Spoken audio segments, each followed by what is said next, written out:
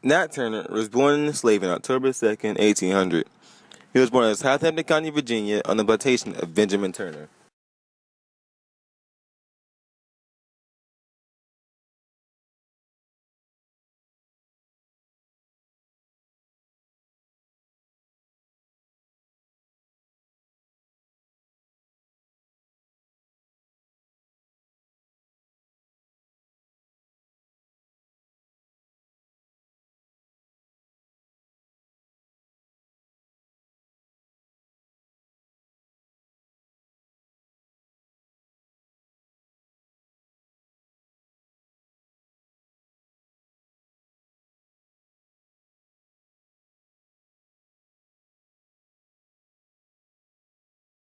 He appeared to me and said the serpent was loosened, and Christ had laid down the yoke, and he had borne for the sins of men, and that I should take it on and fight against the serpent. And white slaveholders across the South, it was a shock. A solar eclipse then arrived in February of 1831, so he believed this was the signal that the time has come. On August 21st, 1831, Turner and his supporters began to revolt against white slave owners. His group still began to grow to include 40 to 50 slaves as they continued this massacre throughout the country.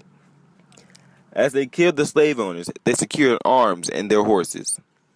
Turner planned on reaching Jerusalem and take over their armory. His plan was soon foiled by a group of white men at a plantation near Jerusalem.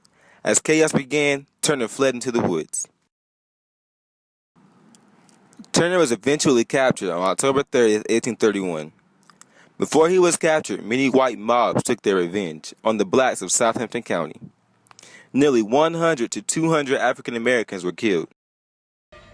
The paranoia shoots off the scale. 50 dead today, how many dead tomorrow? Nat was represented in court by lawyer Thomas R. Gray, who then wrote down Turner's confessions.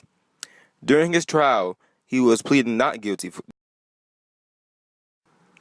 He believed that his rebellion was the work of God. Many of his other members pleaded the same fate as Turner. He was then sentenced to death by hanging on November 11, 1831. This history-changing slave rebellion put fear in the hearts of many Southerners, thus ending the organized emancipation movement in the South. Forget that slavery is protected not only by the slaveholder, not only by the local militia or the state militia, but also by the full force of the military might of the United States of America. Except for that, slavery would not have been possible in the South. After Nat Turner died, many other slaves looked up to him as a role model, leading to many other slave rebellions. Decades later, on December 18, 1865, the 13th Amendment was then ratified into the Constitution. This ended slavery in the United States.